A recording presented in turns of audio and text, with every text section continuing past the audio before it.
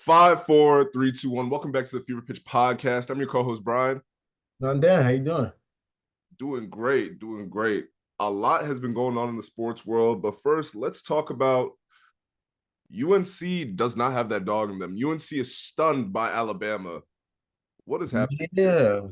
I don't know what's going on, but when I was growing up, first of all, Florida, UNC, Kansas, Kentucky were all just that was it, and Ohio State for a brief period. Those were like the premier schools. Times have changed. Like I don't know what's going on in the SEC, but all of a sudden they got Hoopers, and Alabama's out here beating one of the best historical, historically one of the best basketball programs for college. So yeah, like I said, what's this?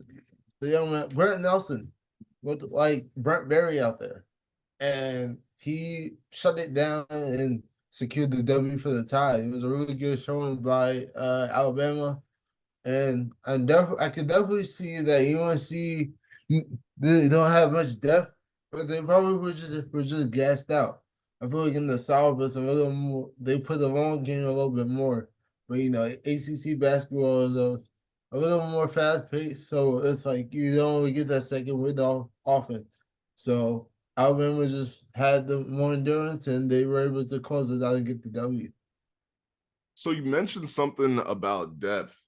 Do you think that the ACC and some of these like big powerhouses that we've seen of the past, they're losing that allure like you were talking about? Now it's time for the Alabamas of the world, the Oakland universities, the I don't know, what's another one? I feel like Uh, Michigan's pretty big now too. yeah, Michigan they're kind of in the middle in my opinion. They're not bad. They're not. I think because when Jordan Poole and telling you, Jordan Poole and Mo Wagner were there, they were like kind of at the tip of the kind of at the cream of the crop. They kind of died down in the lower, in my opinion, but it's still a very good program. Juwan Howard was coaching at Michigan for a long period of time, and he kind of instilled a culture that had a lot of success. Sometimes they came up short in the tournament, but in general during the regular season, they were always amongst the crop. The most interesting to me will be Marquette. Dwayne Wade went to Marquette, Mm, and it hasn't been Jimmy Butler also went to Marquette. Jimmy Those are the Buckets. only two players I can remember who had like a lot of notoriety coming out of that school. But somehow I feel like they're kind of they're inching back into relevancy. So yeah, the days of like your typical UNC Florida Dukes is kind of past, and we're seeing that new talent is emerging in the college basketball space. Yeah, especially I think a big thing to highlight alongside teams like Marquette, now that I actually think about it, is the other teams in like the research triangle of North Carolina. NC State, I don't know what's been going on, but both their men's and women's programs have been going absolutely crazy. And Duke has always been a powerhouse, and they're back here as well. One thing this makes me think of is this kind of the start of UNC kind of becoming the lesser of those three? Typically, it's been UNC and Duke duking it out for one, and NC State at the bottom. But NC State has shown that they are competitive and can play. Right. Uh, it's it's an interesting time, with all these one and dones. The talent crop is being rotated at a higher clip because less kids are staying in school, and most of them are going pro after a year or transferring. So that continuity at these big programs kind of you go to UNC for the name almost. It's like if you're a bucket and you go to USC, you're automatically like going to be talked about. So like, and most of these rotations are 8 or 9 deep. So after if you're the 11th man on UNC, you're probably not that great, even though you would think that like in comparison, like the 11th man on UNC and like the 6 men of Alabama are probably equal. Yeah, And because of that, there's like a level of the depth isn't really as deep as people think. It's just bodies. yeah. I definitely see what you're seeing. And it makes me think of the larger conversation of young basketball players have too many options and routes to get to the NBA now. Right. You can either go, before it was discontinued, the G League type of program. You can go overseas and just start playing professional ball immediately. Yep. You can go to college, but now they got to incentivize you with some sweet NIL deals and kickers in order to even get you there. Yep. So you got these kind of three primary routes, and then I'm trying to think, is there another route? But those are the three that come to my head immediately.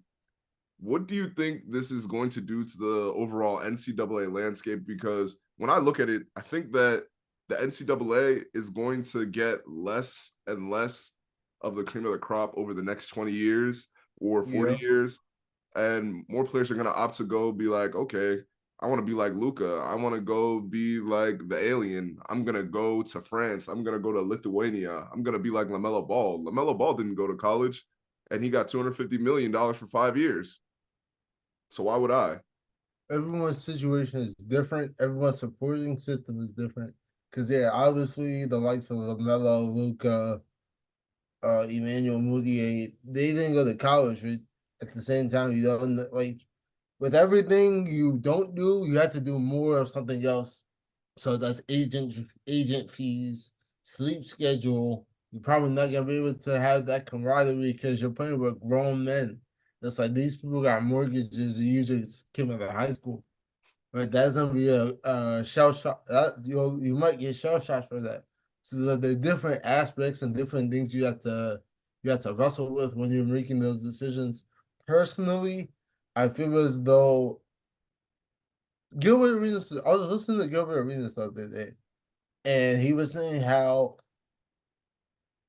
his son. I think his son is approaching that age of like about to leave high school, trying to further his basketball career. He was talking about how ideally, I don't really think he should go to college because he's going to play professional basketball. So sitting in the philosophy class for 90 minutes when you can use those 90 minutes to work on your left hand or work on your defensive stance, sitting in chemistry, no offense, for 2 hours when you gotta work on your jump shot and work on your defense. It's like so he was saying I don't want to butcher what he was saying because it's a very profound argument he was making, but it was like, yeah, as a father who has a plan for my child, I don't think you need to be in college. And I will train you and we will get you where you need to go, whether that's the G League or overseas or whatever the case may be. So I feel like it all depends on your supporting system and what people plan to do and things of that nature. No, definitely well said. And shout out Agent Zero. Definitely one of the coldest to ever do it. Um, and he brings up a great point with all those options. Why go to college where people have to essentially, if your goal isn't ultimately to get a degree, you know you're going for 1 year, if that, maybe two if you need some extra development. Why put yourself in that situation where you know you're going to be doing something you don't want to do? But at the same time, just me being a bit of a contrarian, I feel like kids still want that college experience, even if it's just for a short period of time, you know? Right. Uh, even just the feeling of going to class, the college culture, being a part of a larger community before you go be in the NBA for 20 or so years. It's like, because even Gilbert Arenas can attest to the fact that after he left the NBA, he felt lost. You essentially lost your community and agency. Why not build up some bonds with people while you're in college and have other people outside of that basketball network so that you can have another direction as well? Well said. Well said. Just looking at a few individuals who forgoed college. Some of the names that jump out to me: Brandon Jennings, Emmanuel Mudiay, Leangelo Ball, Shout RJ out Leangelo. Hampton. He's in Mexico right now, I think, right? Yeah, and I don't know how much he's making, but he comes from a family of millionaires, so I'm sure he's being directed in a similar fashion. Absolutely. He's stacking those Yeah, pesos. yeah. So there it is. It's like there's all see. It's, I think naturally the way traveled by many may not be the way for you, and we're seeing that many people just go 1 to 2 years in college, they quit for the draft. That's the way traveled by a lot of people. But it's like going well with the G League Ignite is not here anymore, but that pathway, and then the overseas pathway. And the NBA is realizing this because the whole purpose of the G League Ignite was like a prep year for incoming prospects. So there's always some level of I see what's going on and I want to get to it, especially now because like going back to Kyrie, I think Kyrie played like 12 games at Duke and then entered the draft. And I don't think he was probably making money due to future endorsements, but NIL wasn't really what it is now when Kyrie was in school. So imagine, and I think he got hurt in at Duke. So you always want to just do what's best for you in your future. And instead of learning about anatomy, I can go learn about like tax write-offs and whatnot while I go prepare to be an adult. Absolutely. Well said. But what I do want to point your attention to is so far it's looking like I'm gonna be right. We've already seen one number one seed get knocked down, and 3 out of 4 of the favorites were knocked down in these games. We had 3 upsets. Yeah. The only team who was able to rise from it was UConn. Yep. And let's be real, UConn trailed for the first time ever this tournament. Granted, it was 2-0, but Yeah. and they did blow the team out by 30 points. But I'm telling you, none of these one seeds are winning anything this conference, this tournament. I'm yeah. letting you know, man. Yeah. Purdue and Houston today. And yeah. So still got 3 1 seeds. You know, that's just I'm calling it right now. Watch Gonzaga take Purdue, watch NC State take Marquette, and watch Duke take Houston. And then the only one who will be left is UConn. And then who does UConn play next? Or is that to be determined? UConn will play Illinois on Saturday. Okay, they'll get them out of the way. And then after that, who are their potential options?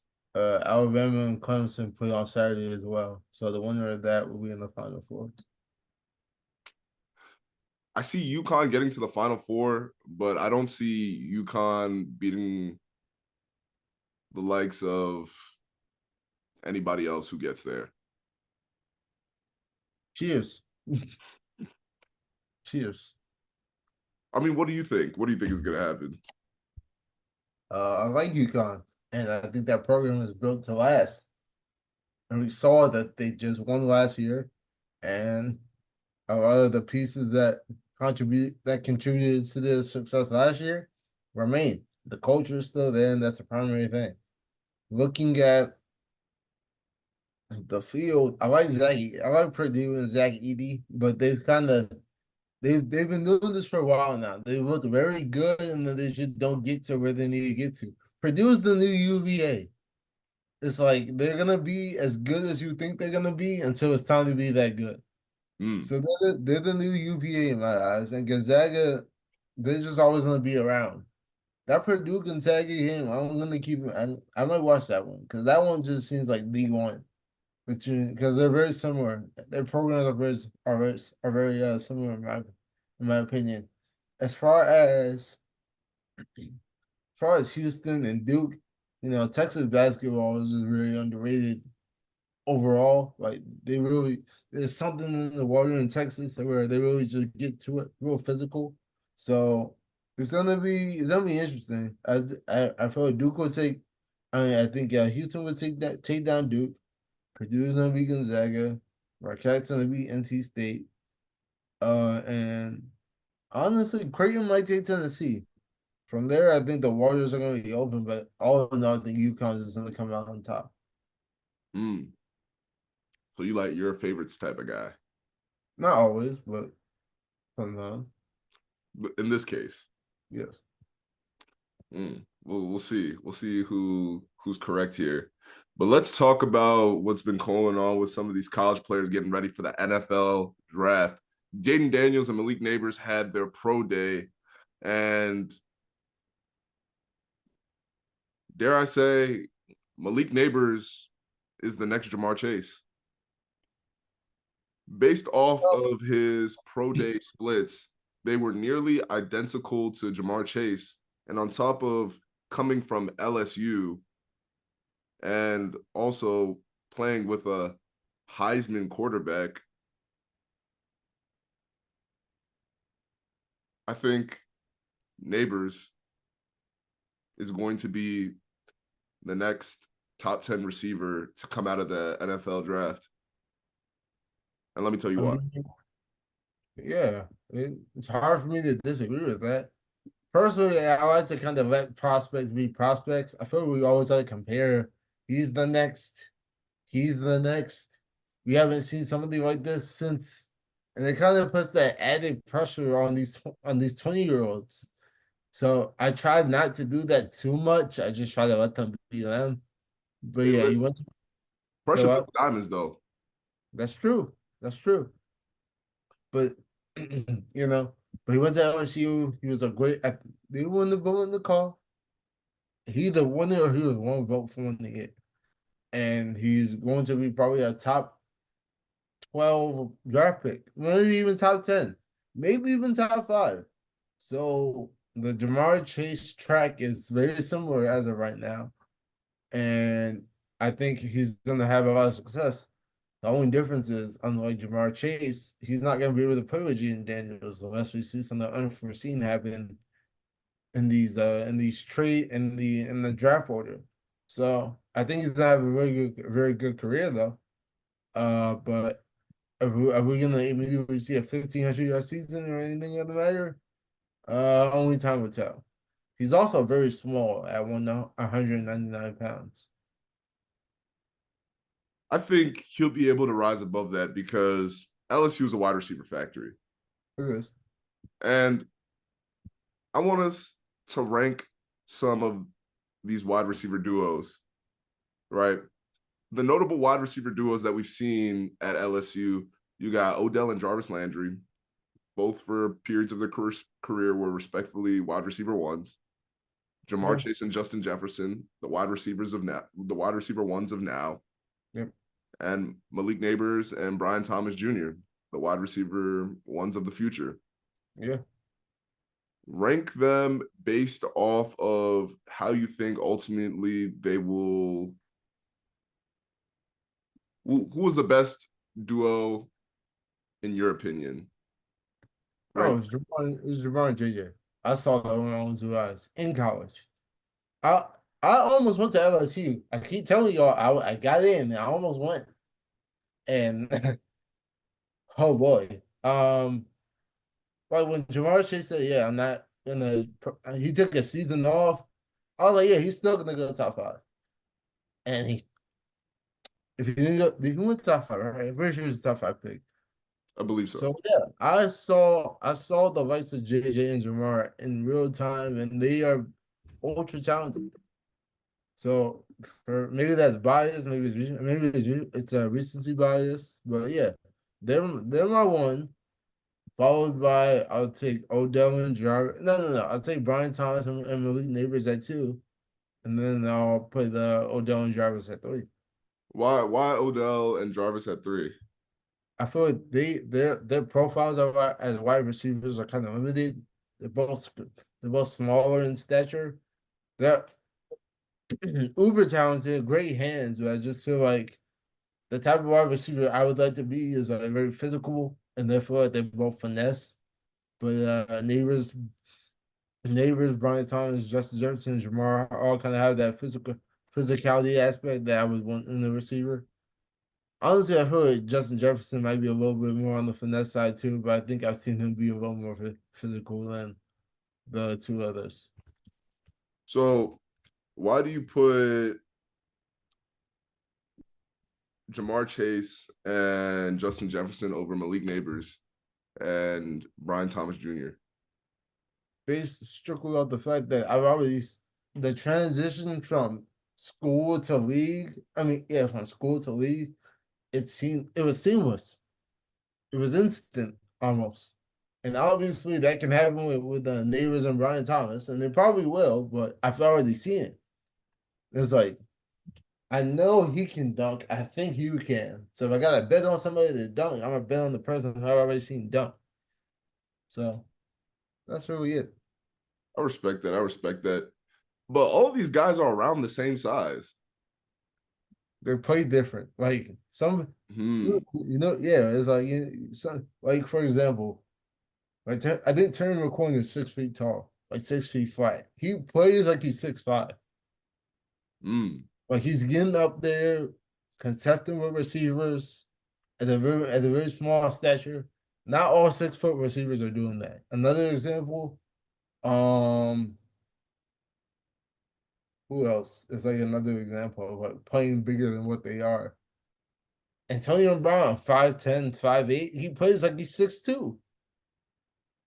So just having that ability to play bigger than what you actually are, I feel like that factors into it for me. So, and in that same accord, this is how I'm gonna rank it. Sure. I'm gonna go Malik Neighbors and Brian Thomas Jr. number one Okay. because I did not realize that Brian Thomas Jr. was 6'4". Then I'm gonna go Jamar Chase and Justin Jefferson because those are the wide receiver ones of today. And then I'm gonna go Odell and Jarvis Landry just because I think it might be more recency bias here because they're not washed by any regards, but They they're are. not They at their are. prime. They're washed. They're washed. They're washed. They're washed. Jarvis Landry's washed? Yes. Really? Yes. He's like 33. He's washed. All right. You see But the way he's just like quietly, just like he's not out the league, but he quietly is just like not in the league anymore. He's 31. I bet. They're born the day before me. Nice. Um, you see how he's like just quietly not in the league anymore? yeah.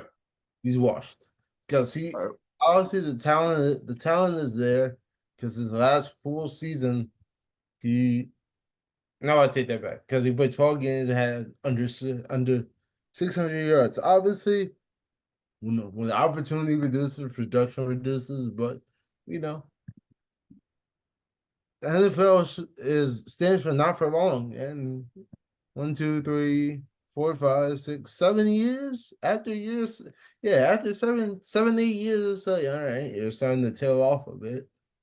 And then the injury doesn't help you. I think he got hurt 2 seasons ago, had a really bad ankle injury. So Mhm.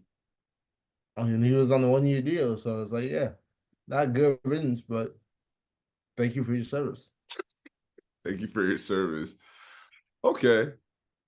But out of all these wide receivers, I think Brian Thomas Jr. will have the best career in the NFL out of all six. Sounds like a safe bet. Oh, you agree?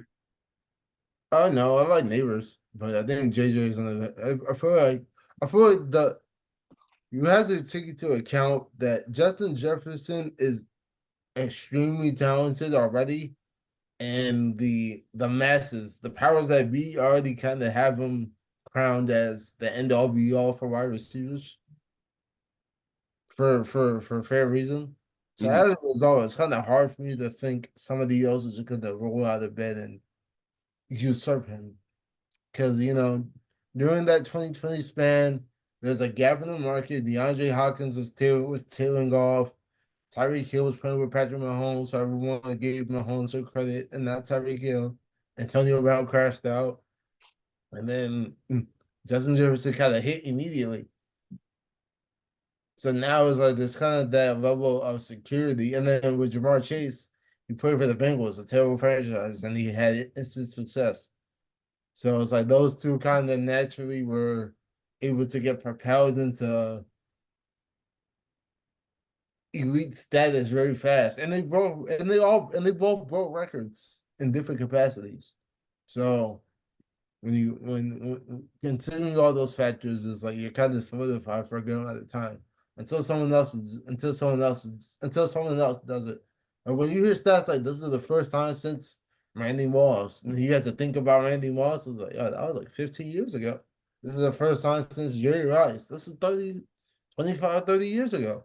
This is the first time. And like when you start to hear these crazy stats and then you see the name attached to it, it's like, yeah, this is we're here. And until we see someone else get there, we just gotta worry about here. It's like a benchmark. Mm. No, that's definitely fair to say. But when I look at Jamar Chase and Justin Jefferson, Jamar Chase was the smaller receiver, but was getting a lot of the attention. I'm seeing the same thing with Malik Neighbors and Brian Thomas Jr., right? And I think Malik Neighbors out the gate will be better. But I think Brian Thomas Jr., with enough time, give him a couple of seasons, he's going to have a more exponential growth curve.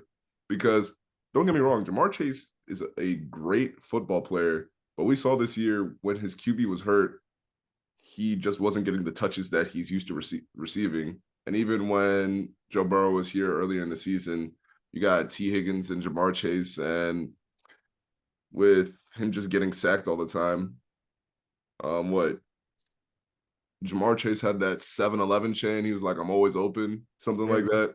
Yep. So it's not, I don't think it's because of a lack of talent of Jamar Chase, but like you're saying, because of franchise. And I think Brian Thomas Jr. is going to go to a better franchise because he's rated lower. The same way that, in my opinion, the Vikings are a better franchise than the Bengals. It's debatable. They had a better year that year, but it's debatable. Yeah. Don't worry, I like to debate. But yeah, like just to dive deeper, as a rookie, Jamar Chase broke the franchise record for receiving yards in the game, broke the franchise record for receiving yards in the season, and this past season he broke the franchise record for receptions in the game. He broke the NFL record for most rookie receiving yards, postseason included, in the season. Youngest player with multiple 100-yard receiving games in the postseason. The most receiving yards by a rookie and the most receiving yards in the postseason by a rookie. These are all NFL records. So obviously you can't get into the postseason without your team having success. And when you are a key contributor to the success of your team, you're naturally going to be propelled in high regard. And from the looks of it, it looks like Malik Neighbors is going to be in the playing for the Chargers potentially. So maybe he can have a similar outcome. And Brian Thomas is looking like he'll be in the realm of the Jags at 17, according to Tankathon's mock. So he can also be in the similar outcome. I feel like that would be a really good spot for him. Trevor Lawrence and Brian Thomas. That would be a good little duo, a good little pairing there, especially with Christian Kirk getting up there in age. That receiver room is very questionable right now. So I can see that happening. And we might see a similar outcome based off that. Well said. You brought up some QBs, and I think the best QB out of this draft is going to be Jaden Daniels. And his pro day just showed his ability.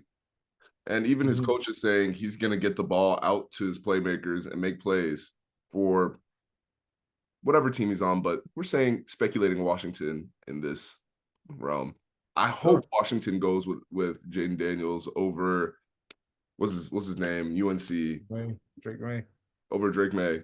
Because I was watching a YouTube video and I was kind of looking at Drake May's like breakdown.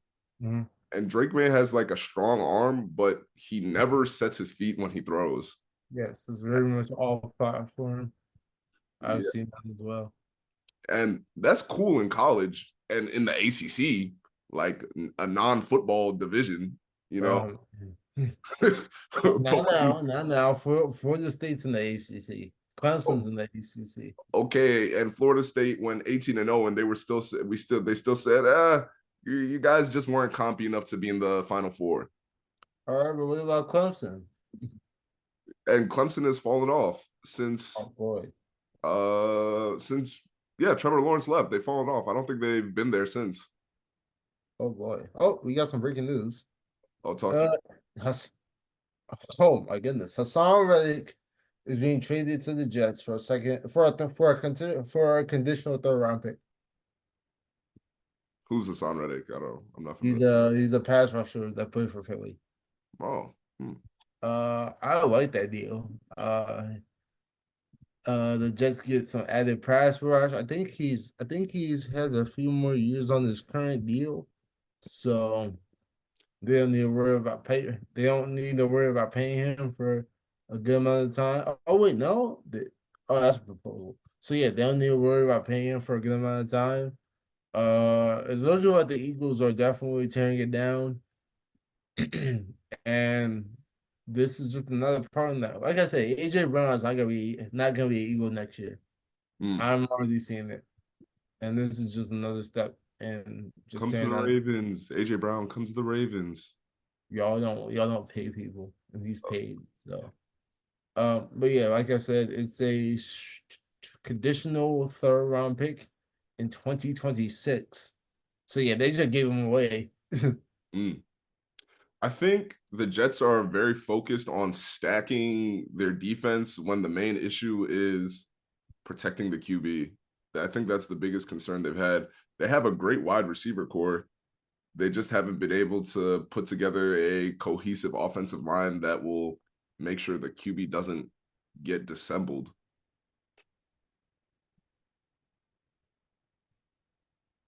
Yeah, I mean, Brees Hall towards ACL, Aaron Rodgers towards Achilles. I mean that Brees Hall injury wasn't really contingent on the O line, but the reality is there seems to be some type. Maybe it's the turf. It might not even be the team. I think it's just that turf.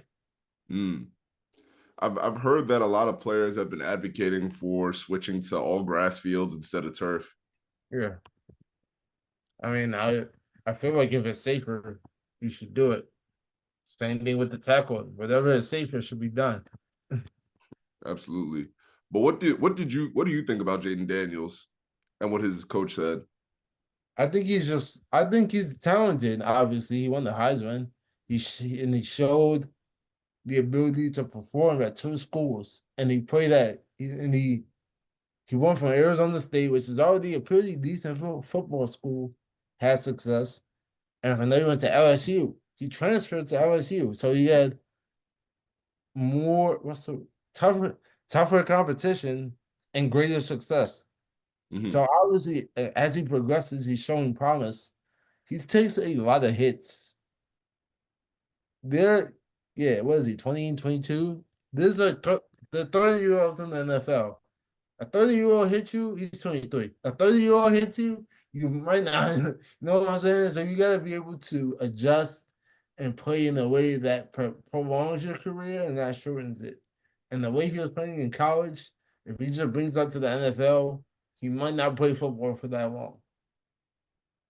That's a fair assessment. I ain't even mad at that. So potentially injury prone. I can see that. Yeah, he needs to put some weight on. Mm. Speaking of people who are coming off an injury and who might potentially have to retire, J.K. Dobbins, if uninjured, I think is a top three wide receiver, a top three running back of all time. But since he's like a glass cannon, Hmm. and the Ravens have gotten Derrick Henry, it's rumored that he's been visiting with the Chargers. What are your thoughts on that? No comment. He tore his ACL and his Achilles. So I think he should be covering the Big Ten for Fox. I don't think he should be playing football anymore. I think he should just talk about it. But if you're in good health and you want to continue playing, I wish you well and I hope you stay in good health. But me personally, I tear my ACL and my Achilles. I'm cool. And then what are your So thoughts of like all these former Ravens going straight to the Chargers? Yes, like diet nepotism or it's transitive nepotism. You play for my brother. My brother knows me very well, so I'm gonna do what my brother does. Get Hayden Hurst, get Gus Edwards, get he got somebody else, I think. And bring J.K. Dobbins is open to visiting. It's like, yeah, it's the Diet Ravens, and the Diet Ravens aren't really gonna pan out, in my opinion. I don't They, really want to speak. I they don't got want to Greg speak for Roman these too. details. Oh yeah, Greg. Oh yeah, Greg Roman. So yeah, it's a scheme fit. Yeah, I don't want to speak on that franchise. I think they just it's a scheme fit. Yeah, like, I don't really. It is what it is. Good luck. Like I said, I'm giving them a year. This year doesn't count in my eyes. Then that's it. That's all I want to say. I will start talking about the Chargers in 2025. Okay, let's talk about free agency. Free agency has been dynamic. A lot of moves have been happening. A lot has been going on. But let's keep talking about former Ravens. Jadeveon Clowney to the Panthers, 20 million guaranteed up to 24 million. What do you think about this? He knows how to get paid. He had a good year, but like he's 31, so he's getting up there and like he's his. I don't know if he's still in his prime or not, but he can still play very well. He since his time in Seattle, which is in 2019, I think that was his apex. But even though he's not at his apex anymore, he's definitely showing the ability to still play football at a very, very good level. He had a resurgence with a career high 9.5 sacks. He tied his career high. He had 19 assisted tackles most in his career, and he played 17 games, so he stayed healthy. And he also forced two fumbles. So yeah, he could definitely still play at a high level. Derek Brown, Derek Brown, Jadeveon Clowney, they got another well, they just traded Brian Burns. So yeah, you get some more production after trading Brian Burns, you bring in Jadeveon Clowney. I like the move. It's cheaper and the production will be very similar. But this always makes me think. It's like, why would you go from the Ravens to the Panthers? Money, yes, but it's like, do you want to win anything in your career? Like ever? You always had this conversation, 100 mil or 50 mil in a ring. Some listen, them rings, the value of a ring to some people is not worth turning down an extra 35, $40 million. Hmm. And me personally, I like the title of champion, but I also like the title of filthy rich. So either way, it's like, you know what I'm saying? It's because look, you can be a champion and you weren't that good, or you can be up and be able to show that you're up. Hmm. Like you could be a Joel Anthony, no disrespect, or who's really, or a T Mac. So yeah, it's all about how you want to carry it. And when I look at this, it seems like Jadeveon Clowney, he's kind of going on like taking the Calais Campbell route. Highest bidder. He knows he's a solid player, and I think he knows he's gonna be around for at least a few more years. So let me stack this bread, get as much money I can while I can right now. And after that, I'll call it a career and I'll know I've had impact on the game.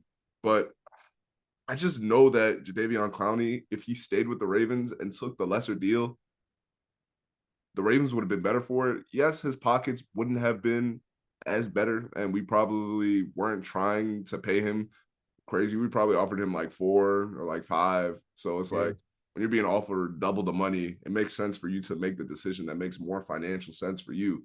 I get it and I respect it. And all love to Jadeveon Clowney. I like seeing you play for the Ravens.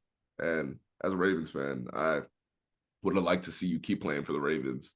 But it just hurts me to see us keep losing these pieces that were making great impacts, doing great things on the field. 9.5 sacks, 2 forced fumbles. Those, by any mark, those aren't regular numbers.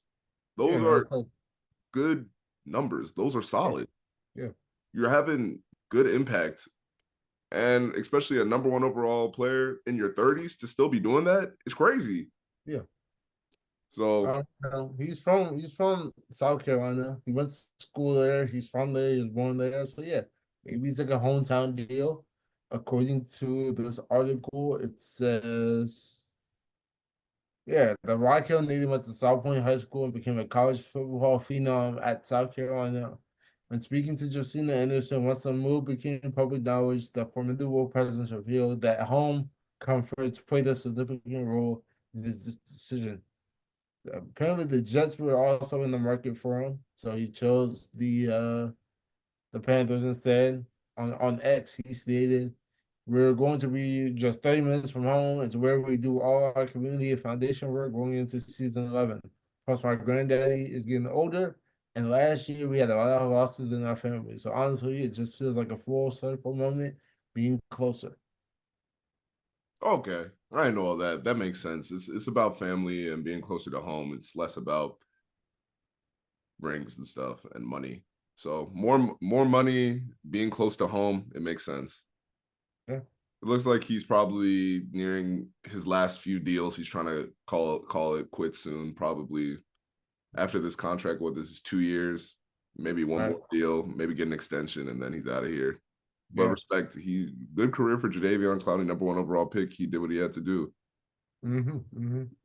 So So another player was has made a deal during this free agency. Josh Reynolds going from the Lions to the Broncos. What do so you think now about I think this is the opposite. I think he was looking for a payday that? Mm. because why would you leave Detroit? I mean, he's not from Colorado. He didn't go. He went to school in Texas, and he's from Texas. So there's no, unless there's something I don't know. There's no hometown nepotism aspect there. I don't know if he has any familiarity with Sean Payton, and also, uh, yes, 2 year deal. So yeah, I'm sure he was just following the money. And I don't blame him. I think the Ravens were looking to bring him in at one point, but he ended up signing with Denver. So yeah, more money. More money, hey. Stack your pockets. Do what you got to do. Indeed. Never against the player looking out for their best interest because the league will look out for theirs. That part. Mm. We just passed a historic day, March 28th. Oh yeah, 328. Why is that? Oh yeah, before we get there, but yeah, this 2 year deal with Denver will be the most money he's made on a contract in his career. So I wasn't able to find like a value on it. Are you seeing anything? I think it said 14. I hope I'm not making that up. The Broncos, yeah, at worth as much as 14 million. Okay, so he's trying to get paid. Yeah. Respect. All right, but 328 day, March 28th. The Lions also made a below market. Oh yeah, and the Lions trying to low blow him. But yeah, 328. I remember this Super Bowl so well because I thought I was gonna lose money. Me too. I remember I was talking to the homies, I was like, oh, we gotta win. And I was like, all right, I got New England. And I was like, all right, cool. And I looked at the score and then I looked at my wallet and I was like, oof, I'm gonna owe other people money today or tomorrow going into school. I kept watching though, surprisingly. And boy, oh boy, I haven't seen a walk down like that since ever. And yeah, the glorious day 328 just passed. For those of you who don't know, the Falcons were up 28-3 in the Super Bowl. I mean, yeah, they were up 28-3 in the Super Bowl and allowed 31 unanswered points and ended up losing in like a quarter and a half. So, well, overtime. So yeah, a quarter and a half. Probably, I think this is Super Bowl 51, It was before that. I'm not sure. 52, 51. Super Bowl 51. Yeah, Super Bowl 51 in Oh, Houston, Texas. This is the largest comeback in Super Bowl history, and it's really viewed as one of the greatest football games ever. Yeah, it was pretty crazy. No one scored in the first quarter. It was 21-3 at halftime. And then by the end of the third, it was 28-9. And then they didn't score again after the third quarter. They being the Falcons. And I think this was one of the Super Bowls that cemented Tom Brady's legacy. Because I think a few seasons prior, he said he wasn't going for Montana, he was going for Jordan, Yep. something like that. And it's Yep. like, oh, truly, in when there's just a small opening, still don't bet against Tom Brady. That's why I would never, like, after, even before that, I was like, bet against Tom Brady unless you have his kryptonite, Eli Manning, you know, then I'm not betting against Tom Brady. If Tom Brady gets to the Super Bowl and he's not playing Eli Manning, bet on Tom Brady. It's very simple to me.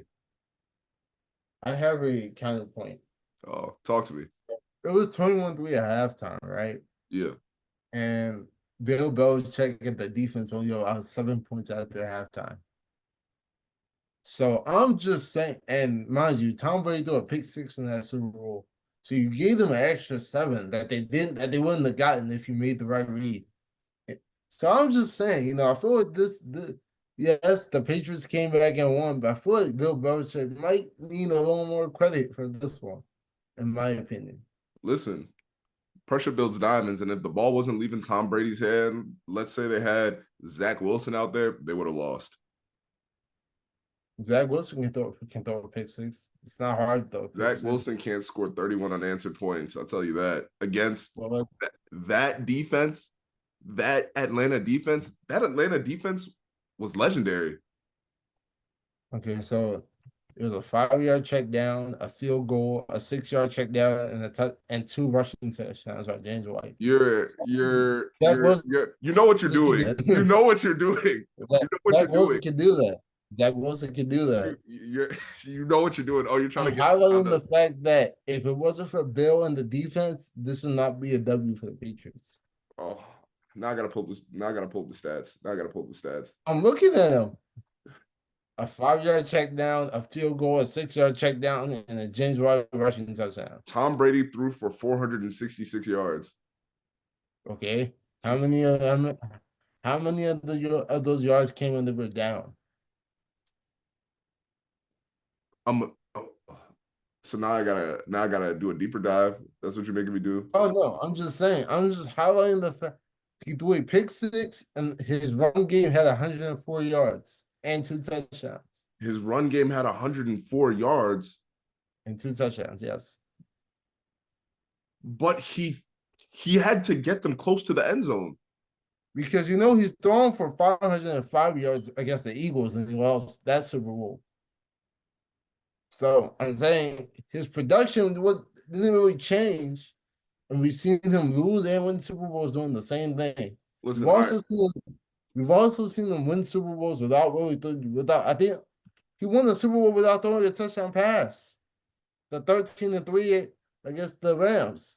So I'm saying he's Tom Brady. He's the GOAT. I'm not denying that.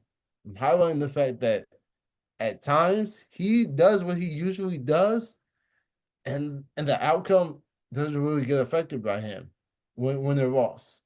Now, if Bill didn't lock in the second half and pitch a shutout for 2 quarters, I mean, hey.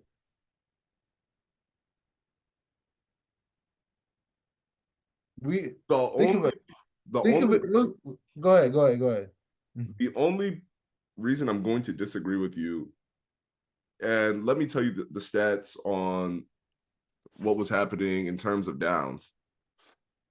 The Patriots had 37 first downs to the Falcons' 17 first downs. 26 of the Patriots' first downs were passing first downs versus 7 rushing first downs. And they were also 7 for 14 on third down versus the Falcons 1 for 8. So to me, what that says is, yes, it's a combination of both. But what I see is Tom Brady, when you needed him, was getting the first downs, passing the ball, and marching the ball down the field. We both watched this game. What are we talking about? Tom Brady marched the ball down the field. Tom Brady marched. He marched it down the field. 26 first downs. And you were scoreless in the the first two quarters, except for a field goal, and you know that Tom Brady is that guy. Is Tom Brady not your NFL GOAT? That was a yes or no question. I'm a Joe Montana guy. Always has. You're Always has. Joe Montana over Tom Brady? Personally, but yes, the data, the facts, you can't argue with the facts. Obviously, Brady is the number one. But yes, I'm a Joe Montana guy personally. My point is, coming out of halftime, the Falcons were up 18, 3 and out. Patriots punted. The Falcons scored again. So it was 28-3. And then the Patriots scored, missed the extra point, 28-9.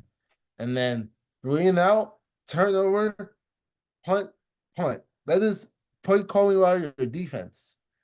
Bill got Tom Brady the ball back. And when Tom Brady got the ball back with favorable field position, he was able to produce. When the Falcons got that turnover, Tom Brady had the ball at the Falcons 30.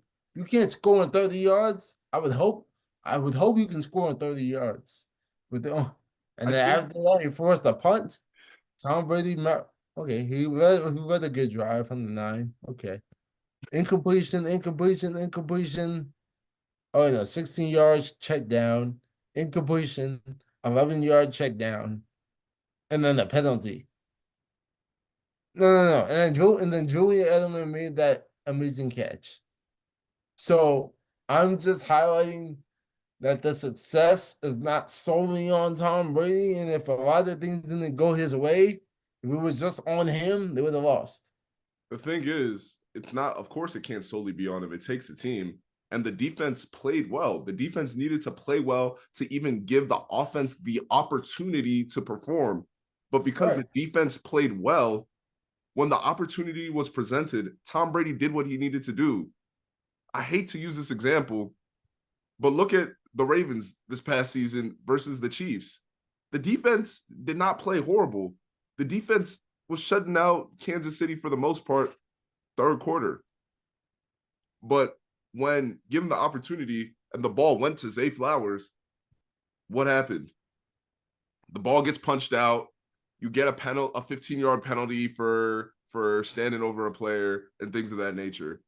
Those are opportunistic things and things that Tom Brady worked out with his offense prior so that they would never happen. Julian Edelman has literally even said on interview that he would go wherever Tom Brady went so that that if he ever called him up to throw the ball and catch it, that's what he would do. That's the type of loyalty that Tom Brady's offense had to him. We literally saw Gronk come out of retirement just to play with Tom Brady. This is the type of guy that Tom Brady is. He's that type of offensive leader, that type of quarterback, and that's why he's the greatest of all time. We saw the same thing with Michael Jordan and what he would do with his teammates. Wait. Do we just erase the Wizards Michael Jordan from like history? That happened. Well, we don't count that. No, why? Tell me why. Because that was his actual last dance. And the reason why we cut it off at the Bulls is because he was being delusional. He thought he should come back when he should have just stayed retired. Okay. So I don't even know how we got here, but it's cool. I mean, look, I'm gonna give you an amazing example as soon as I can think of one. You watch movies? Yes. Okay. The Fast and Furious movies, right? The series. 1 through 5. I'll give you 6 if you like 6. Amazing. 7 through, I don't even know what number they're on right now. I haven't watched in like the last 3 or 4. And that's the Wizards Michael Jordan. But guess what? You still have to include that in the assessment of how good something is. So in that same token, Bulls Mike was Fast and Furious 1 through 5. Okay. Retirement, this, that, all the stuff we want to talk about, getting bounced out in the first round, being 1-9 without Scottie Pippen. Nobody really talks about that. And then on top of that, Wizards Mike, and now we're driving cars through space. I say that to say, outside of that one glorious COVID year when the Bucks were just everything went right, Tom Brady's Buccaneers stance wasn't that great. He got What bounced are out you twice. talking about? He got bounced out twice. He literally won. He literally went to a different team and won a Super Bowl. That team was well put together and placed. They had they didn't win a Super Bowl with the prior QB. Jameis Winston was playing with one eye. So yes, if you go from Jameis Winston to the greatest ever, and the kitchen is already stocked up, yeah, I'm gonna make a Listen, meal. we're not even arguing. You're agreeing with me because you just called Tom Brady the greatest ever. So you know that he has impact. You know that what he does makes a difference. Let's literally look at what happened with the Patriots when Tom Brady left. When Tom Brady left the Patriots, what are the Patriots doing now? Let's look at what the Buccaneers are doing now. Brian. The Buccaneers as a franchise are doing better because of what Tom Brady did for them. He brought a Super Bowl to that city, and that's then allowed them the avenue to go change directions with how they see quarterbacks. And then that's how they got Baker Mayfield. And there's a reason Mike Evans isn't leaving, because he likes the direction the program is going in. And if you want to just go off of coaching and program management, as a GM, Bill Belichick was not sturdy. Bill Belichick had complete control of the Patriots as a GM, head coach, and president. But guess what? Bill Belichick was ousted, and he doesn't have a job in the league right now. He's taking a year off for the book. Right. So he was offered jobs and he refused them. Yes, Atlanta. He was offered the head coaching position. He interviewed 3 times. Yes, there was interest there. There was interest, but was he offered the job? As far as I know, yes. As far as you know, being what's your confirmed source? I wasn't there, brother. Like, what was it ever confirmed that Atlanta gave him the offer? No. Let's be serious. Everybody knows that if you're with Bill Belichick, you have to play Bill Belichick football. It's his way or the highway. And he was fortunate enough to have the golden child of Tom Brady, who could make everything gel together. Everybody knows Belichick is a defensive mind. And yes, his defense did play well. But if he did not have Tom Brady leading that offense, a lot of these Super Bowls would not have been won. The Falcons pulled the rug. That's all. It was going to happen, and they pulled the rug. That's not his fault. What do you mean? Like, there was a lot of mutual interest, and then they got cold feet. Yeah, they got cold feet for a reason. They decided to go a different direction. But we're belaboring, right? You mentioned the book. What is this book that Belichick is writing? This is the I'm first. pretty sure it's like a memoir or just like some type of autobiography. Let me see if I can get some additional details. Like, I think this is like as of today. I saw this earlier today. I think they posted the note about it earlier today. This will be one of the very few times I will quote Adam Schefter, but he said,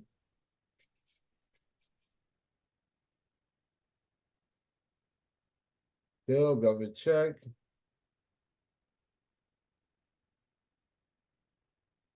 book. Yeah, the greatest coach of all time, Bill Belichick, is writing a book according to The Athletic. That's all. There's not really much else. So, not sure what the book is going to be about, but I'm sure it's on the highlight. Yeah, its nature is not yet fully known, but they did have that Patriot documentary on Apple TV. I still gotta watch that, but I'm sure it's gonna relate to something to that. So maybe his history, how he got into coaching, etc., etc. Okay. Hey, shout out Bill Belichick. Looking forward to seeing it. Indeed. But it's time for everybody's favorite series. Well, at least I like this series. Moves we think teams should make by division. And this time we're talking about the NFC North. Let's talk about the Minnesota Vikings. What moves do you think the Minnesota Vikings need to make in the free agency / in the draft in order to put them in a better position for next season? Well, I don't think they want to go into next season with Jaron Hall, Sam Darnold, and Nick Mullins as their QB room. So I would hope and pray they can trade up and get a top quarterback or even get a day two guy of Michael Penix or things of that nature. Assuming he falls. I don't think he will, but there's always a chance.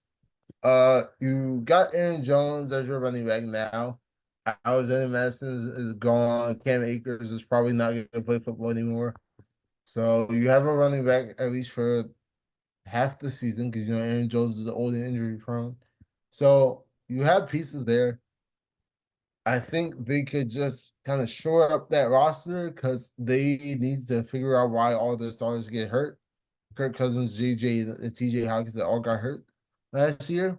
So they need to make sure they can improve the strength and conditioning. Also, make sure that Julian Addison doesn't have a sophomore slump. But and outside of that offense is pretty solid. On defense, I would say they're not bad either. I like what they have on defense right now. They could use some linebacker help. But yeah, that would be like the only real what's the word? Weakness in my opinion. So get some linebackers, find out what you want to do at quarterback, and pay Justin Jefferson. I think those are the three primary things they need to do. Well said. And the things that I agree with you on, I agree with you on a lot. Like especially when it comes to QB, I can't remember the last QB or if there's even been a QB in the last like 10 years for the franchise that was like their consistent starter. Like I'm looking at it right now. Before Kirk Cousins, they had Christian Ponder. Yeah. And did they Running back great. Christian Ponder, Sam Bradford, Joe Webb, Teddy Bridgewater. Yeah, yeah. Yeah, so I think it's time for them to draft a QB and they should trade up and get JJ McCarthy. Yeah. That's what I think they should do. When it comes to the wide receiver position, I think if they're smart, they go for value. Get your hands off of Justin Jefferson because you don't want to give him all of that money because it's going to debilitate you with the ability to build up the rest of your team. Start afresh, wash your hands of him. He is the best wide receiver in the league, and let him be fielded for offers that are worth the number one wide receiver in the team because it's going to be a sign and trade. Wherever he goes, he's going to get like some like 4 or 5 year extension for $30 million a year. So let him go to like a Arizona Cardinals. Let him go to like a Bengals. What's another team that has the money?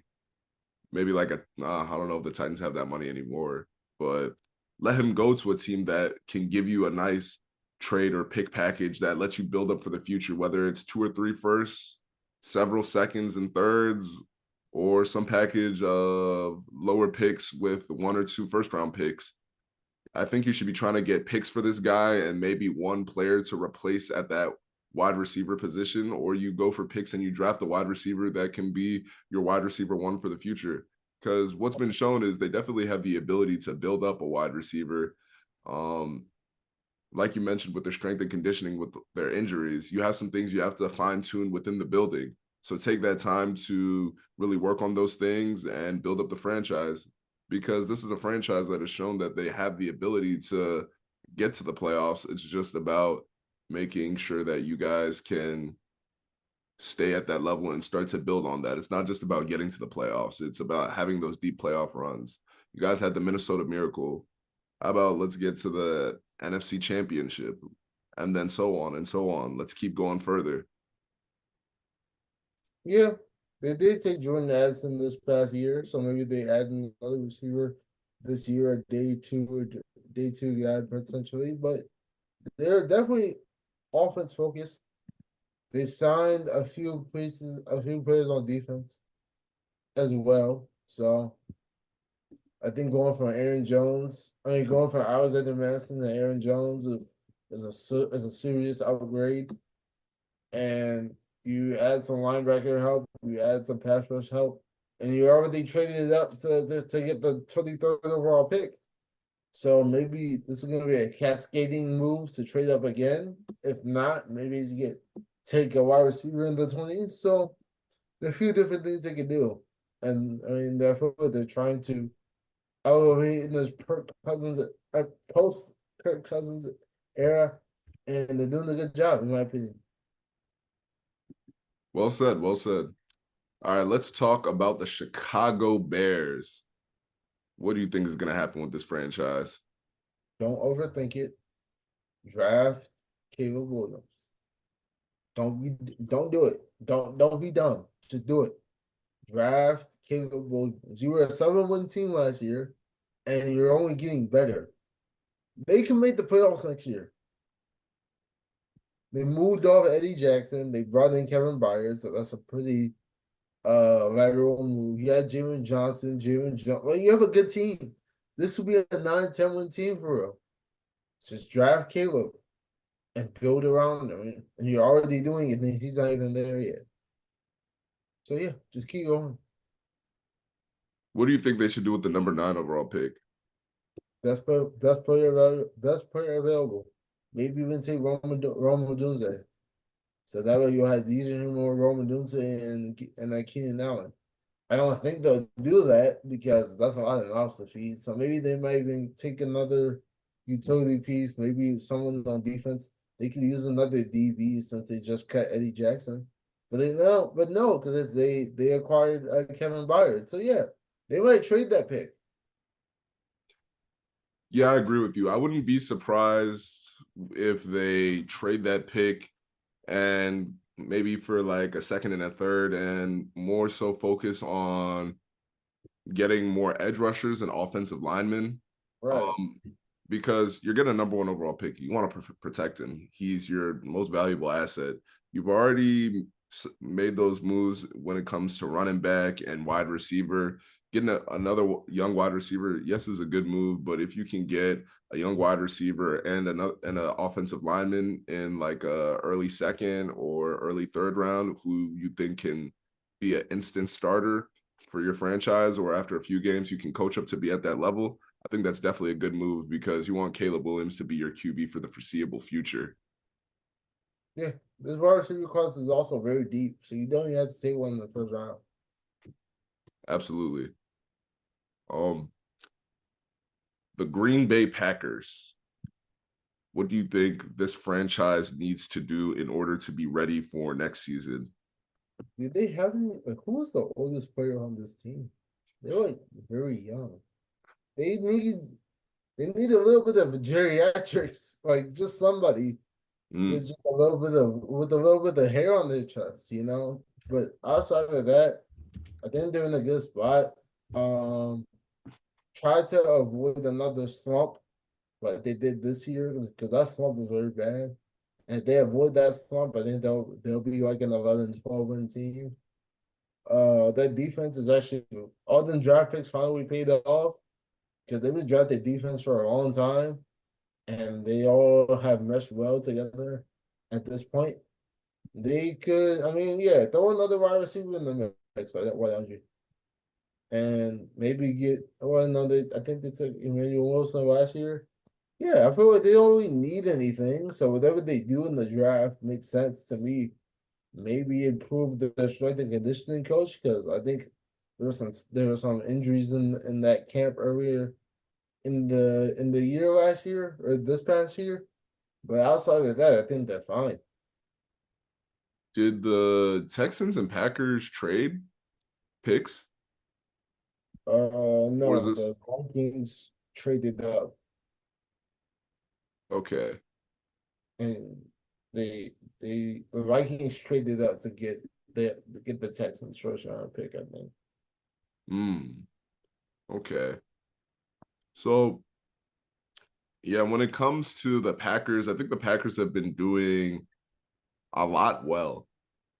The only thing I could see them really focusing on is adding some more depth to some of these defensive positions, maybe add some O-line depth here or there, and maybe get some more wide receivers for depth as well. It's essentially the biggest thing they need to do is depth and, like you're saying, get some veterans who have been there a while longer. Yes, you have Yep. a QB who has shown you that he can perform when it's time to perform, but you also need some people who have been there before too, because that was the first round. If you want to go to the NFC Championship and on, you need some people who can kind of be that voice in the locker room. If everybody's like 23 years old, uh, from an experience perspective, everybody's kind of been to the same place, which can be a double-edged sword. It could be a good thing because it helps to build morale in that same way, but it could also backfire as nobody knows what to do in this type of situation. You might see some heads getting hung down when the team is down by 14 and you have only so much time left to go. Right. They genuinely could have been in the Super Bowl this past year. I honestly feel that way. They played a good football. They had a few mistakes when they mattered, but they could have beat San Fran. And if they beat San Fran, they were going to beat Detroit. I So completely agree with you, man. I definitely could have seen the Packers in the Super Bowl this year. It was surprising for them to even beat the Cowboys, from in my opinion. don't remind me. Yeah. All right, let's talk about the line. Detroit Lions, the team all about grit. Talk to me. Is David Montgomery still on that roster? 'Cause if Let me not, see. we need to make sure they have a secondary running back. If he's there, then all well and good. But if not, they need to get another running back there. According to my sources, yes, he's still there. So yeah, they've addressed that. I think they're in a good spot. I think Amon Ra is due for some money, so pay him as soon as possible. Outside of that, keep they're running it back. It looks like they haven't really made too many changes. Oh, they got Marcus Davenport, so they added some pass rushers, and they added Carlton Davis. I like that. He can take over for CJ Gardner Johnson. I like that. I like that. And yeah, as far as drafting, maybe get another pass rusher, but I don't think you need one. Maybe get another safety, but I don't think you need one either. I mean, maybe a corner. So yeah, they can really go anywhere because they're all on this solid. Their wide receiver room is pretty solidified, and you had Jameer Gibbs and David Montgomery. So I don't know if there's any like real true weakness. I just think they need to work on not being so risky. Make it a little more vanilla. Don't gamble as much. Hmm. Well said. Well said. When I think about the Lions, like you're saying, they've done tremendously well. So it's kind of hard to critique them. I'd say what they could potentially focus their efforts on. I'm trying to see what they've been doing in these mocks. I'm trying to get some semblance of what's going on. Sure, sure. Um, let me see. I'm seeing that the mocks are saying that the Lions, this is coming off of like the Lions website. Mhm. Um, wait, They could use some DBs. why is none of this like okay, here we go. All right, finally. Yes. O-line. O-line, O-line, O-line. That's the big thing I'm seeing right now for the Lions. Yes, they have a good O-line, but the thing is, you can never, ever have too many O-linemen. You have 5 people on the offensive line, and at any time, as the Cowboys have shown you, they can go down. I think the Cowboys' offensive line played a collective 0 snaps altogether at one time this season. It was Yeah, always something like somebody that. rotating in, somebody rotating out.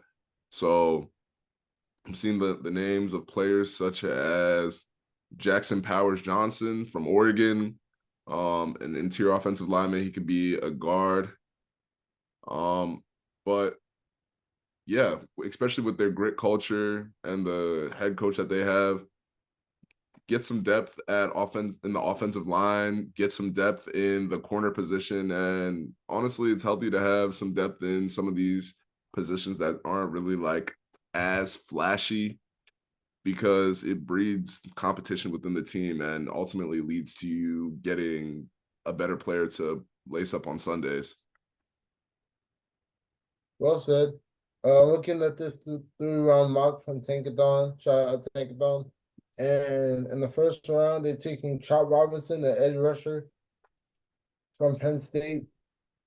And then they're taking another DB in the second round from Missouri, Chris Abrams Drain. And then in the third round, they're taking a linebacker, Junior Colson from Michigan. And also, no, they only have one third round pick. So, yeah, obviously, it's going to be a lot of defense, according to Tankathon, corner, linebacker, and linemen. And if just the idea of Chop Robertson and Aiden Hutchinson, that's already scary thinking about. So if they end up doing that, then I'll be a little worried. Yeah, well said. Well said. Definitely want to see what that looks like. And I think the Lions will be very successful next season. I think they've established that the biggest thing they needed was a culture shift, and their head coach has brought that. You got a QB who's going to be here for a while. You got a team that's young on the defensive side, and you've got key weapons who are young enough to last you a while. Indeed, indeed. So, I believe you had some written right here. Let's see where'd it go? What we got next?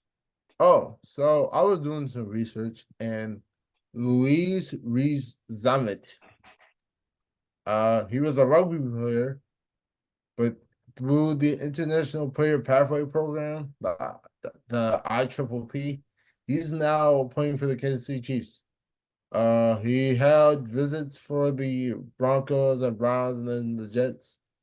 And he eventually came to terms with the Chiefs to be a running back wide receiver and ideally a special teamer. So these new kickoff rules making teams adjust their personnel, and the Chiefs are not an exception to that. And yeah, he signed a 3 year deal. We don't know how much, but it's a 3 year deal with the defending champs. So do your part. Okay, okay. I think that this is a good move by the Chiefs. So it's kind of a gamble, as in that I think he's been playing for football for less than like 2 or 3 years, right? To my understanding.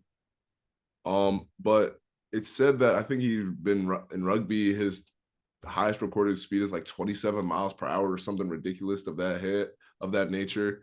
So it's gonna be interesting to see what exactly happens with him.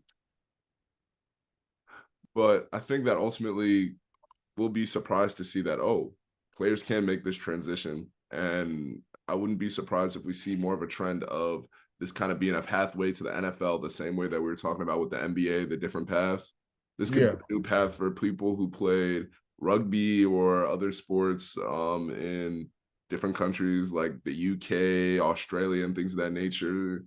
Even Yes. South Africa, a lot of Yes. rugby to NFL players. Yes. Prior to what's his name again?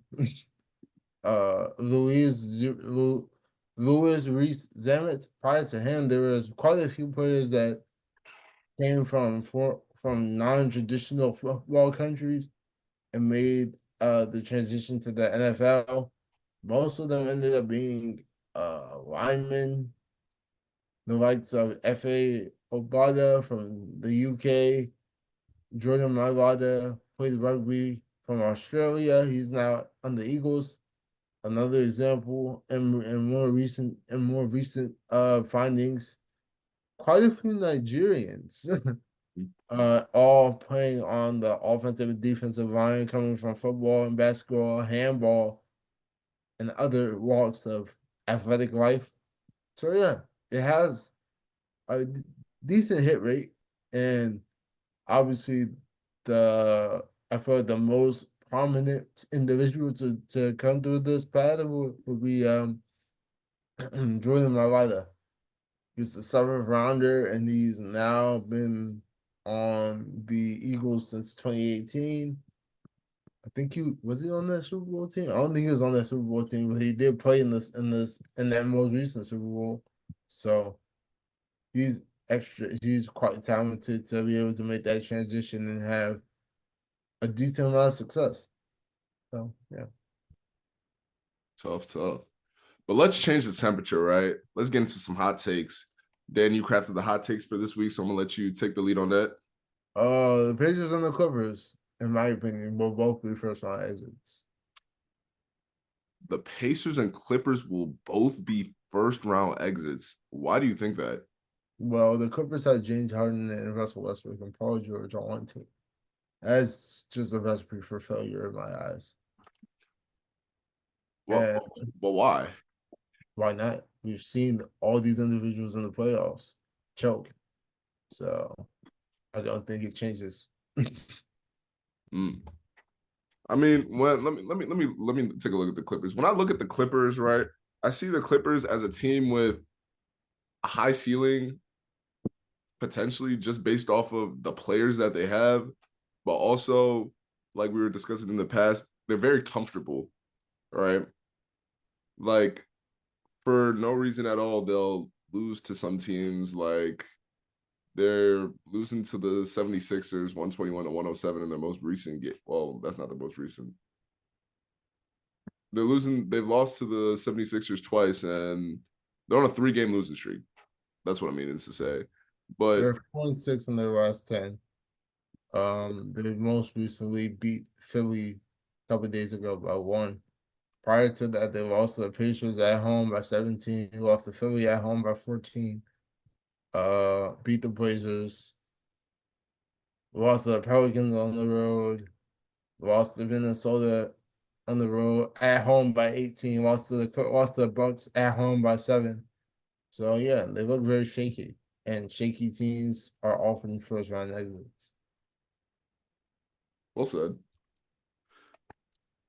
I disagree with you on the Pacers though. The Pacers are in the East, and the East things tend to pan out differently. I think the Pacers will be able to get past that first round. I think they'll be potentially a second round exit. Why are you so down on the Pacers? They're not going to be a top four seed.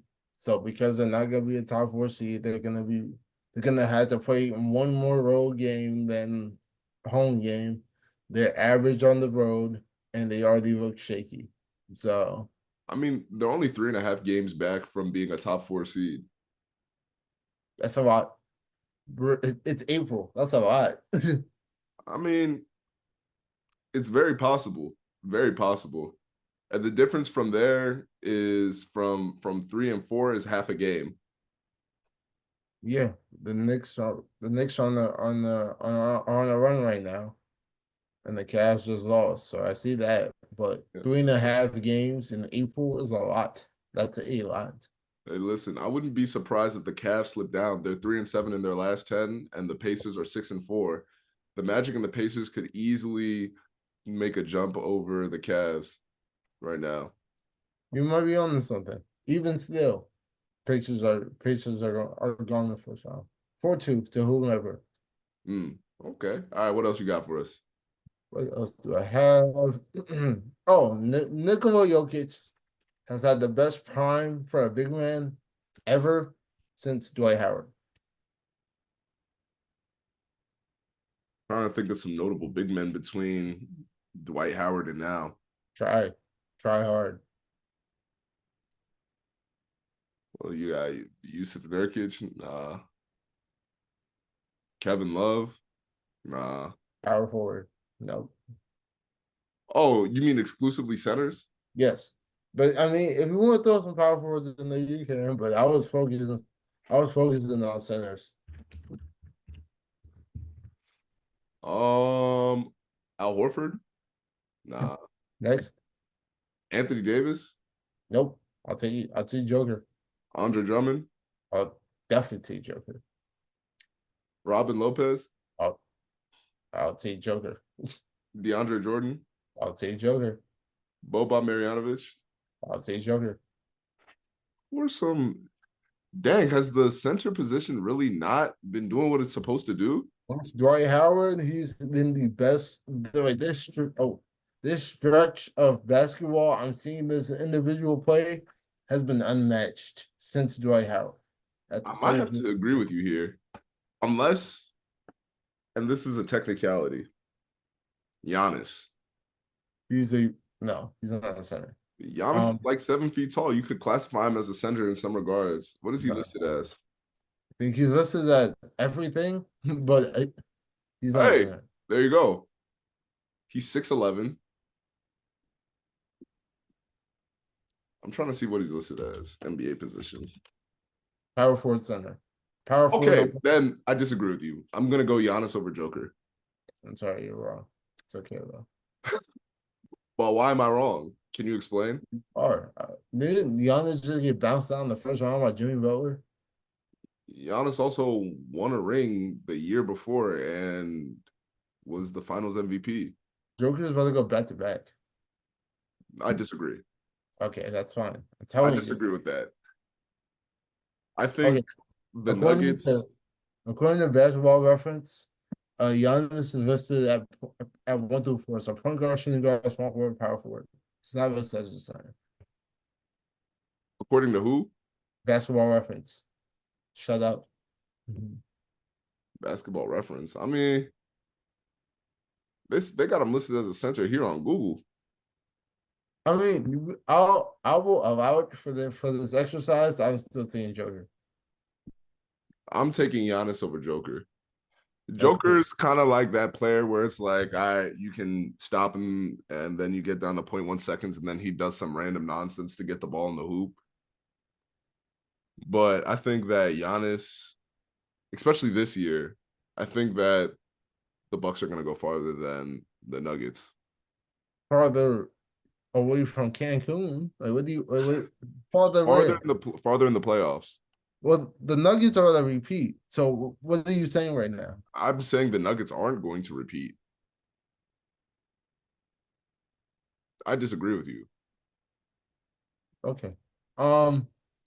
Since we're on the topic of Nikola Jokic, he's the first player in NBA history in a 5-year span to record 8,000 points, 4,000 rebounds, and 3,000 assists. That's very impressive. I'm not gonna lie. Jokic, it might be safe to say that for the foreseeable future, Denver has their star player. And it doesn't seem like he really ever gets. Has he been injured at all? No, he's nothing severe. I think he's missed a game or two here and there, but nothing severe. Okay, and it looks like he avoids injury and things of that nature. So yeah, now I think about it, him, Luca, they don't really get hurt. Even what's that player on the Kings? Mountains of bonus. Yeah, They don't Euro get. guys, They they just don't play. they don't play physical football basketball. So yeah, if you don't play physical basketball, you're less likely to get hurt. Well said. Well said. All right, what else you got? This isn't mine, but the good brothers at Earn Your Leisure, if you know, you know, identify Kyrie Irving as a top 5 point guard based on talent alone, top 5 all time based on talent alone. Who's in the top 5? I don't remember who they had in their top 5, but they included Kyrie Irving. And I for a second, I was with him, and then I had to sit and think, like, wait, no. Okay, so let's even just run down this. Greatest point guard of all time, Magic Johnson. Can we agree? Yes. All right, number 2, Curry. Yes. Number 3, Oscar Robertson. I'm with you. All right, 4, Jerry West. No. Really? No. Who you put at 4? Not Jerry West. I'll take Isaiah Thomas over Jerry West. Okay. I don't even think Jerry West is. I don't even think Isaiah Thomas is 4. but I'll say Isaiah Thomas over Jerry West. All right, who do you put at 4? I'm thinking, but Magic, Steph. Who is three? 3 is Oscar Robertson. Magic, Steph, Big O. I'll take Russ over Jerry West. Who you put Yeah, at why 4? not? Why not? Isaiah Thomas at 4 and 5. Chris I'm either Paul. Chris Paul at 5. Yes. I'm personally going Steve Nash or John Stockton at 5. I would put Nash at 6. Chris Paul, for me, I feel like Chris Paul does everything great as a point guard in the regular season, but due to his lack of performance in the postseason, I can't put him in the top 5. That's fine, but I'll have you know that Steve Nash's postseason resume is not all That's that fair. beautiful. He also has 2 MVPs.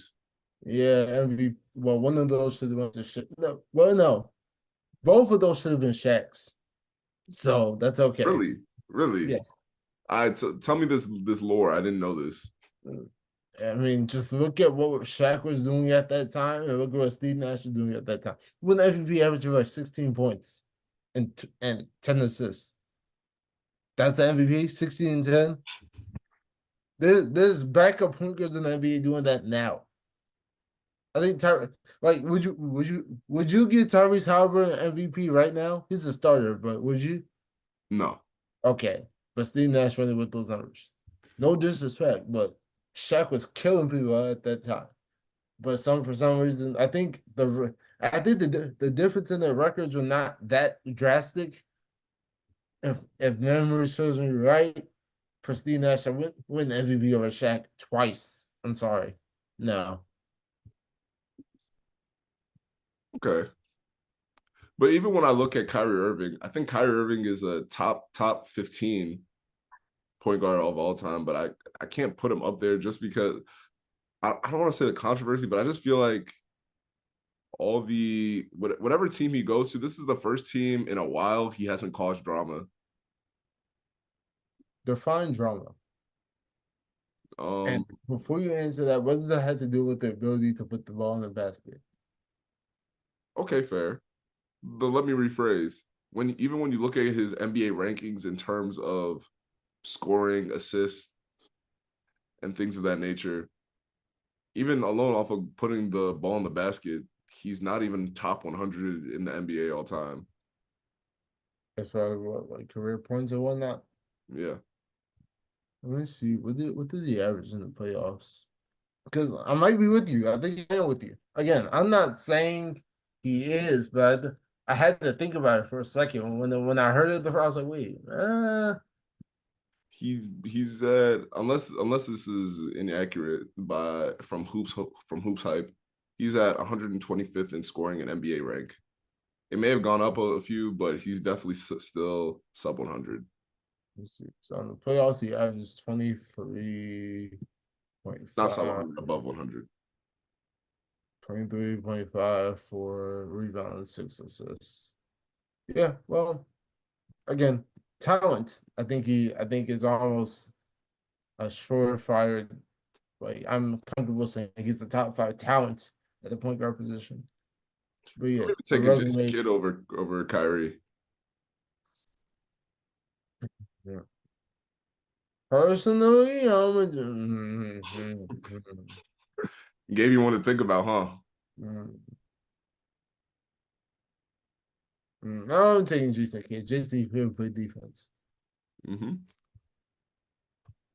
I'm All right. taking What else you got for us?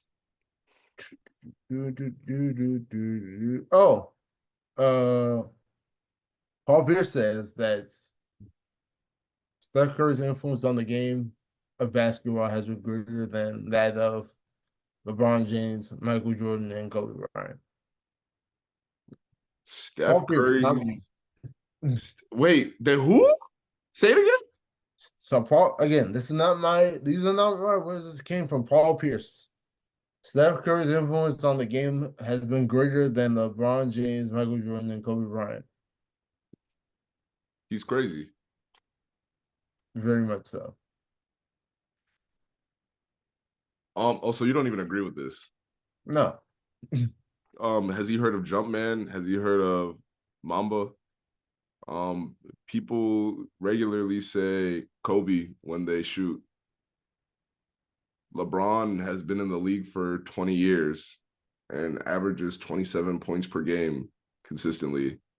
And you can ask anybody in our youth, were you buying Curry's or were you buying LeBron's? What was more sought after? There was 1 to 2 years when Curry's popped off. Don't get me wrong. Don't get me wrong. But I think more people, even to this day, would rather buy a Kobe shoe, a LeBron shoe, a Jordan than a Curry. Curry is a great player, and he's a top 5 point guard of all time. Top 3 point guard of all time. Top 2, and he's top 2. He's number 2 all time. But overall impact, I'm going to have to go LeBron and Jordan and Kobe. LeBron literally has a school. Jordan used to own an NBA team.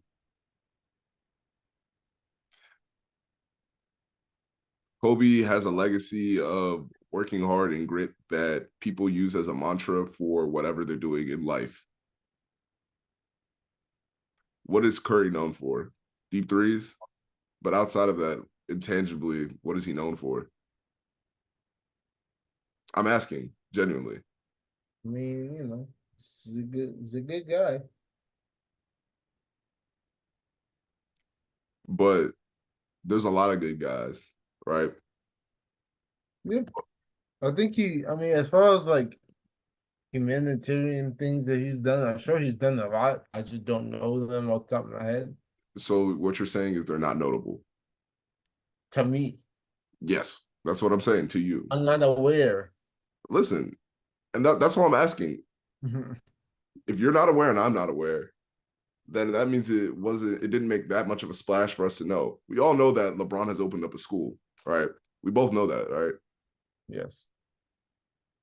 That's something notable and noteworthy that will go with him past his NBA career and legacy. We know even honestly, I'm putting Magic Johnson over Curry in terms of overall impact. Magic Johnson owns the Commanders right now.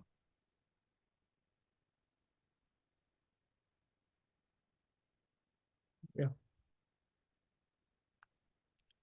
But let's switch it up, man. Let's turn down the temperature a little bit. I got some cold facts for you today. Did you know the difference between the first seed and 9 seed in the West is the same as the difference between the first seed and the second seed in the East? I've been telling y'all this my entire life, and even before I was even on this earth.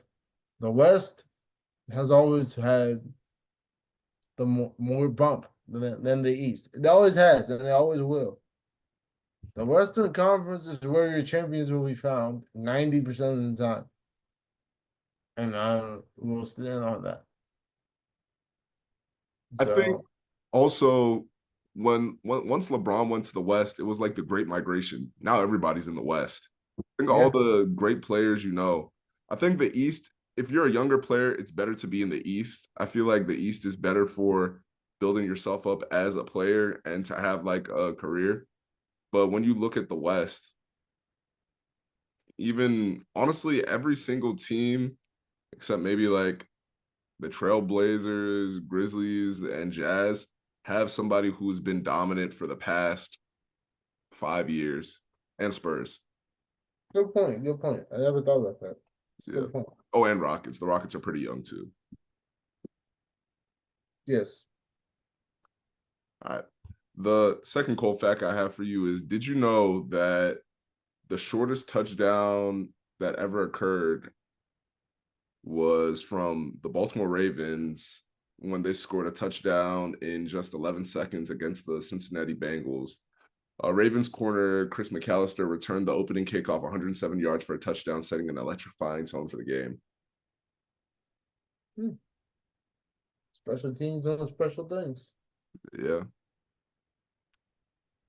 And then the last one I got for you is Night Train Lane, also known as Dick Lane, set an NFL record that may never be broken when he intercepted 14 passes during the 1952 season as a rookie cornerback for the LA Rams. Lane's exceptional ball hawking skills established him as one of the most dominant defensive players of his era. You know what's crazy? I'm pretty sure they only had 12 games in that season. So he was averaging 1.1 picks a game. Let me make sure I'm not making that up. I'm pretty sure they had like 12 or 13 games in that season. Yeah, 12. 12. Look how times have changed. Mm-hmm. 12. Yeah, it's crazy. But let's talk about what's going on in the NBA. Youth and the elderly. We constantly talk about what it means to be old and what it means to be young. But did you know that the oldest NBA player and the youngest NBA player faced off? Lakers versus the Grizzlies. Yep. LeBron James versus Gigi Jackson. LeBron has been in the league longer than Gigi Jackson has been alive. Yes.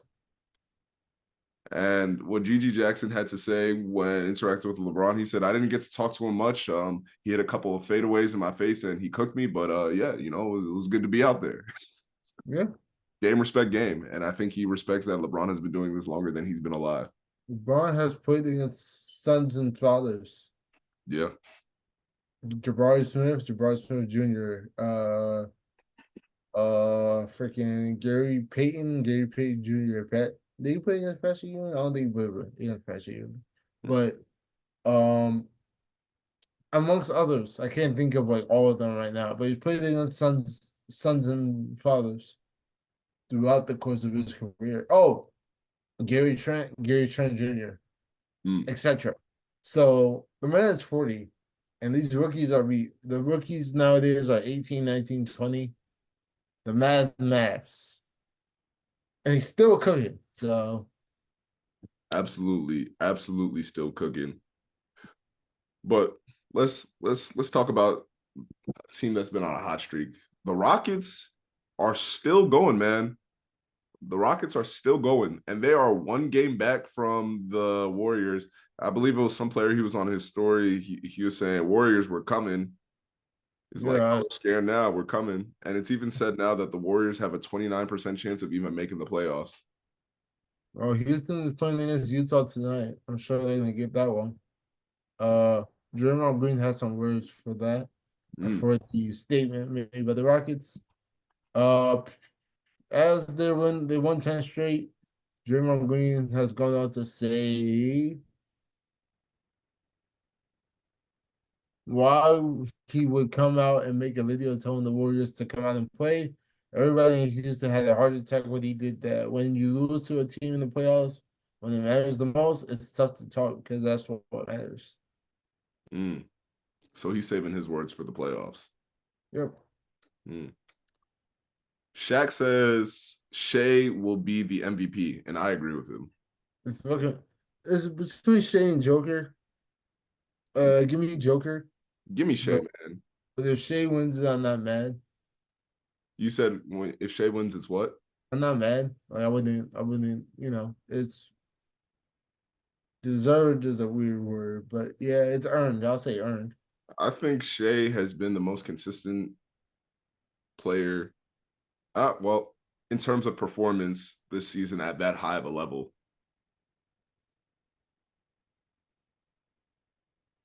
Durant, Joker, LeBron. Durant, if when he plays, is consistent. He's not missing that much time, is he? Over the course of his career, that man. How about this season? Oh, okay, that's fair. All right. So, I know you're a Christian man. You're a God-fearing man. Yeah, absolutely. And you believe in baptisms, right? Got one, yes. Of course, you know, I as well. And you know, Austin Reeves, he was baptized. not in the church on the court. I think about a week ago by was it Josh Johnson or Jalen Johnson, yes. yeah, Jalen Johnson. And he's been on the best post baptism run I've seen in a while. I've never seen a player get cooked like that and then bounce back. He's over here hitting game winning shots, uh, putting up like high 20s, and helping the Lakers get to the wins. What are your thoughts on that? Well, when you get dunked on, the ground reality is the embarrassment is only 2 points. So sometimes you gotta go home, look at your wallet. You're like, dang, 2.5 M's? All right, cool. Go home, look at your fridge. Dang, we got some leftover food. Yo, all right, cool. Go home, look at your phone. Dang, I got a LeBron on speed dial. All right, cool. It's just, just think about everything else going on in your life. And y'all going crazy about 2 points. I'm having a 5-star meal in my kitchen. Yeah, so sometimes you just got to tell yourself you be sad for a little bit because you got banged on. It's not a good feeling. But Hoopers will stay Hoopers. And he's a Hooper. What Hmm. do they call him? Hillbilly Kobe. Facts. So yeah, I mean triple doubles, game time buckets. He gets active. And he's been getting active. Respectfully, you're correct. You're correct.